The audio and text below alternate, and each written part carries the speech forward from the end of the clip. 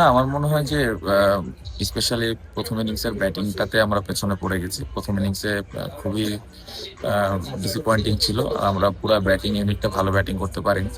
Even আমার মনে হয় যে বোলিংটাও আমরা যখন করি ফার্স্ট ইনিংসে বোলিংটাও আমরা খুব ভালো যে বোলিং করছি তা না। সো ওভারঅল আমার মনে হয় ফার্স্ট ইনিংসের ব্যাটিং এবং বোলিং এর কারণে আমরা এই ম্যাচটা এত খারাপ ক্রিকেট খেলেছি।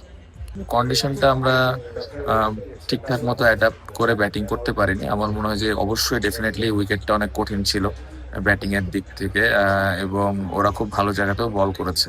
বাট আমার মনে হয় যে আমাদের যে ব্যাটিং অ্যাবিলিটি ছিল, আমাদের আরো বেটার ব্যাটিং করা উচিত ছিল, যেটা আমরা করতে পারিনি। যেভাবে ওদের কন্ডিশন, স্বাভাবিকভাবে ওরা কন্ডিশন সম্পর্কে আমাদের থেকে বেশি জানে, so ওরা ভালো অ্যাডজাস্ট করেছে, আমরা ভালো অ্যাডজাস্ট করতে পারিনি। অনেক ডিসঅ্যাপয়েন্টিং একটা পারফরমেন্স ছিল। আমরা যেভাবে টেস্ট ক্রিকেটটা খেলতেছিলাম লাস্ট কিছুদিন ধরে, তারপরে এরকম একটা পারফরমেন্স অবশ্যই ডিসঅ্যাপয়েন্টিং। বাট হ্যাঁ, এখান থেকে আমাদের লার্নিং এর অনেক জায়গা আছে। সামনে অস্ট্রেলিয়া সিরিজ আছে, সো এই কন্ডিশনে আসলে কিরকম ভাবে ব্যাটিং করতে হয় বা কিরকম ভাবে বোলিং করতে হয়, এটা আমাদের হয়তো সামনের দিকে কাজে আসবে এবং ওই অনুযায়ী আমরা প্রিপারেশনটা নিতে পারবো।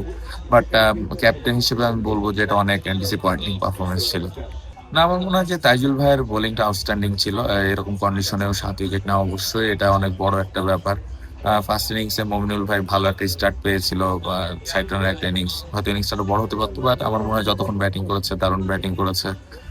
ওভারঅল আমার মনে হয় যে এই দুইটা জায়গায় আমি ক্যাপ্টেন হিসেবে বলবো যে একটা ভালো দিক ছিল। বাট হ্যাঁ, আমি যেটা বললাম যে আমরা পুরা দল হিসেবেই আসলে ভালো ক্রিকেট খেলতে পারিনি। সো এই জায়গাটাতে নিয়ে আসলে ডিসঅ্যাপয়েন্টমেন্টটা বেশি। সো আই হোপ যে আমরা আবার ফিউচারে যে টেস্ট ম্যাচ আছে ওইখানে আবার ভালোভাবে ঘুরে দাঁড়াতে পারবো।